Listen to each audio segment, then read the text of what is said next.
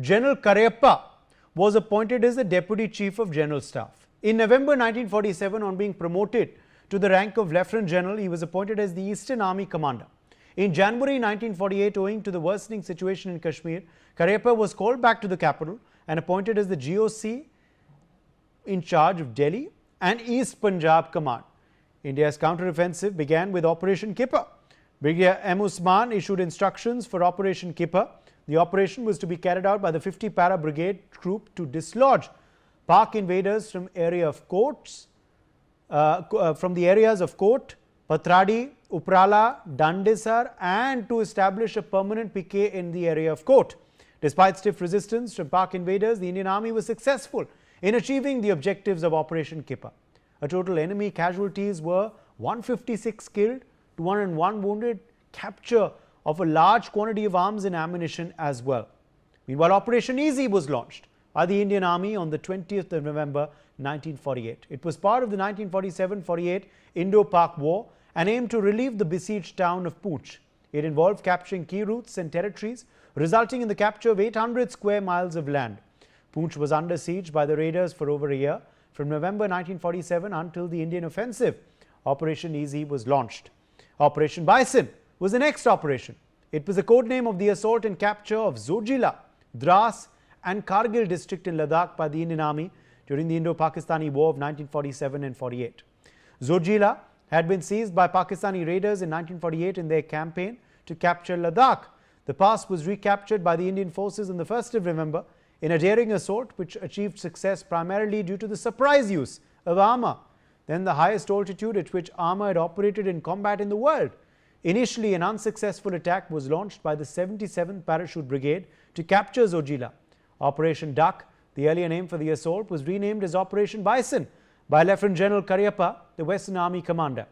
M5 Stuart light tanks of the 7th Cavalry Regiment were moved in dismantled conditions to Srinagar and winched across bridges, while two field companies of the Madras sappers converted the mule track from Baltal up the Zojila to Gumri into a jeep track.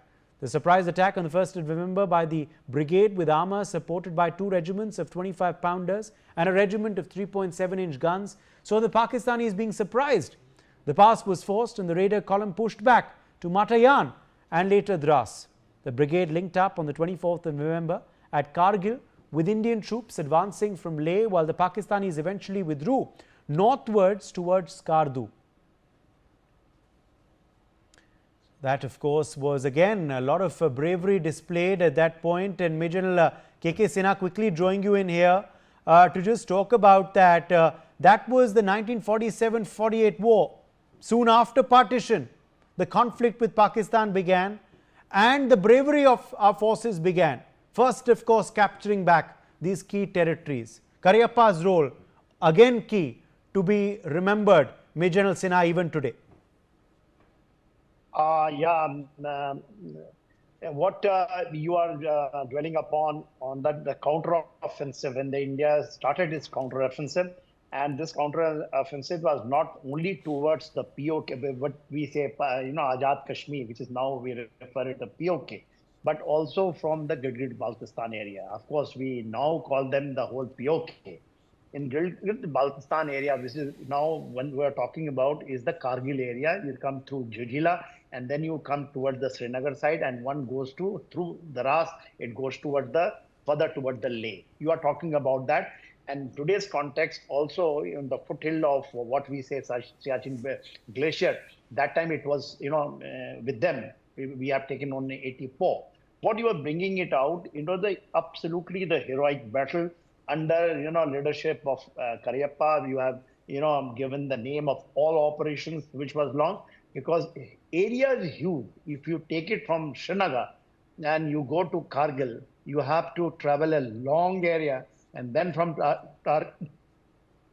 Daras right up to the Leh area, and then turning towards the Siachen Glacier, the Indra call that area, because you are talking about the Sarkardu. See, this area itself, today when you talk, even, a number of armies will not able to reach. An army, when I say, it is divisional, brigade, divisional, corps, then we'll say command, 3-4 armies is required to do it. Army is the big army, where there are about 8-9 divisions each army, 3-4 corps in each. Can't do it. This is the operation which was done by Cariappa. What he was able to cull out that time. What was the heroic battle of Juzila, where both the armor guys and also our artillerymen taken these heavy equipment on their shoulder, pushed them. It is a heroic deed. No army in the world has done it. Now that they can achieve it, we have only done it after that in the Kargil war, when we fought into those same areas, Daras, Kargil, and those areas. So these heroic battles, must be read, and this has to be, remembered every time, because it is a sheer mountain warfare battle. Absolutely. In a high altitude. When you're talking Absolutely. about the Kargil area, Daras and Leh, these are solid high altitude with bare PT shoes, with the bare hands. Yes, which is why all of this remains extremely relevant even till today, isn't it, Dr. Ramesh Raina? These lessons and stories are reminders, and lessons should be drawn even today, as Prime Minister Modi has said, Dr. Raina. See, it is indeed a heroic military history written by our military commanders. But unfortunately, our political leaders have let down us all these almost 50 to 60 years until Mr. Modi took over the government. Let me tell you that Pakistan made it abundantly clear at the time of partition that Kashmir is an unfinished agenda of partition.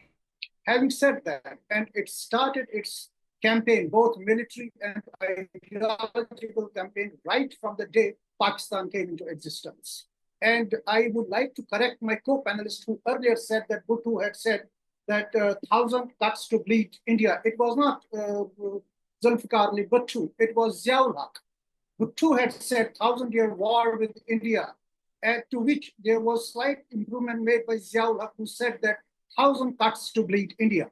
And it is the uninterrupted continuation of the same ideology which has driven Kashmir to what it has come to stand today.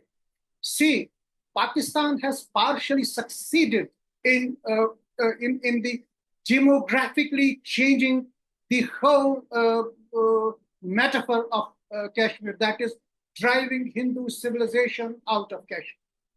And today, Kashmir is an Islamic state within India, let me tell you very clearly and explicitly.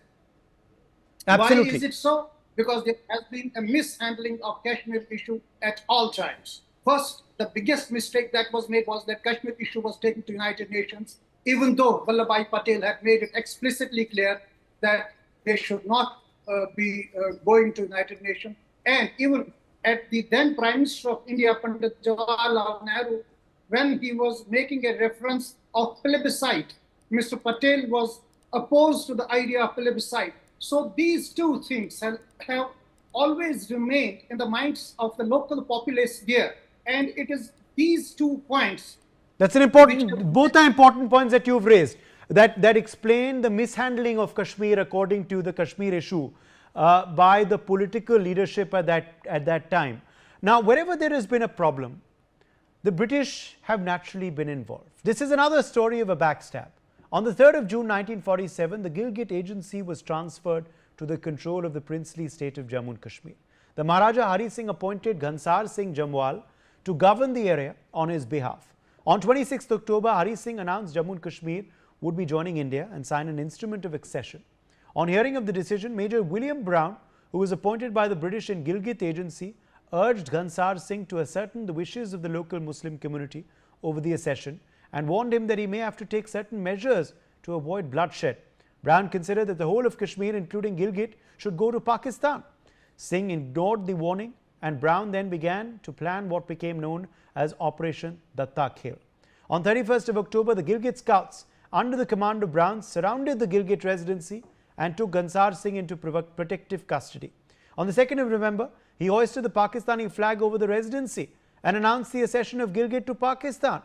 On 18 November, Gilgit and its neighbouring states signed an instrument of accession to Pakistan.